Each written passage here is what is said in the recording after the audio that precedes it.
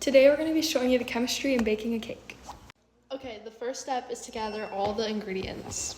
Okay, the first ingredient is sugar, and then flour, and then cocoa powder, and then baking powder, and then baking soda, and then salt, eggs, milk, vegetable oil, and vanilla extract. Step 2 is to preheat the oven to 350 and then grease your pan. We grease the pan to help remove the cake without it sticking or breaking after baking. Step 3 is to stir your sugar, flour, cocoa, baking powder, baking soda, and salt together in a large bowl. Okay, now we're gonna add the sugar to the bowl because adding sugar adds to the cake's moisture, and if we didn't add the sugar, the cake would go stale a lot faster. So the sugar creates a tenderness, and when it reacts with the heat, it creates a nice outer crust. And we're adding 2 cups.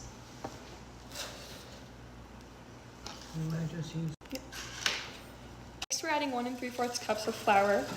The main function of the flour is to build structure. When the proteins found in wheat flour are hydrated, they interact with each other, forming what is known as gluten. As dough or batter containing wheat flour is worked, an elastic network is developed.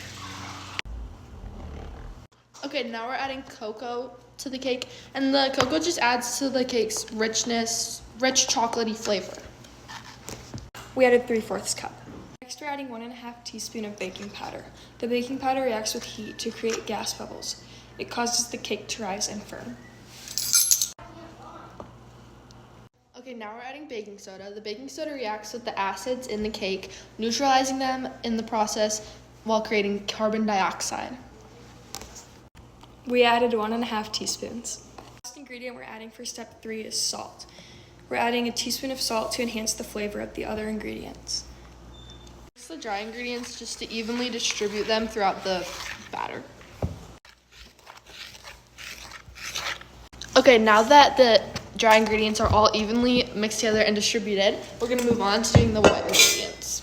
We mix the dry ingredients separate from the wet ingredients because the dry ingredients need less mixing than the wet ones, and you don't want to overmix your dry ingredients. Okay, the first wet ingredient are the 2 large eggs.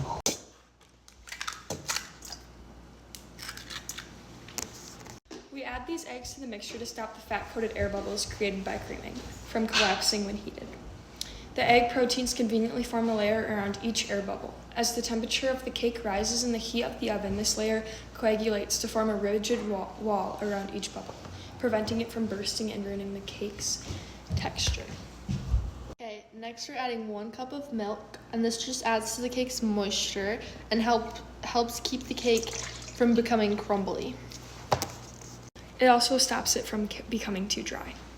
Next, we're adding a 1/2 cup of vegetable oil to add to the richness and tenderness of the cake.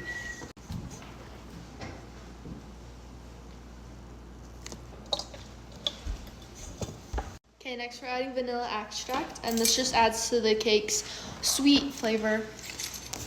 We're adding 2 teaspoons.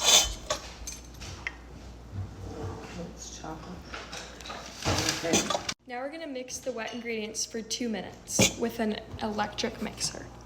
By mixing the wet ingredients for 2 minutes, we're gonna create an aqueous solution when we combine the dry ingredients with the wet ingredients. Okay, now that it has been 2 minutes, we're gonna combine the 2 dry and wet ingredients. Okay, now that we have our wet and our dry ingredients, We're going to mix the 2 together, and when you combine the dry with the wet, you cause an aqueous solution. As you stir, the dry ingredients dissolve into the liquid to form a thick, sticky batter. In chemistry, when you dissolve solids in water, you create what's called an aqueous solution.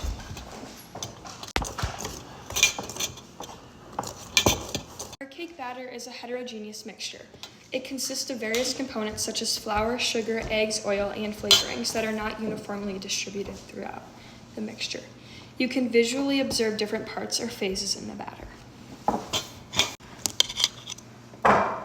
okay, now we're dumping our cake batter into our greased pan.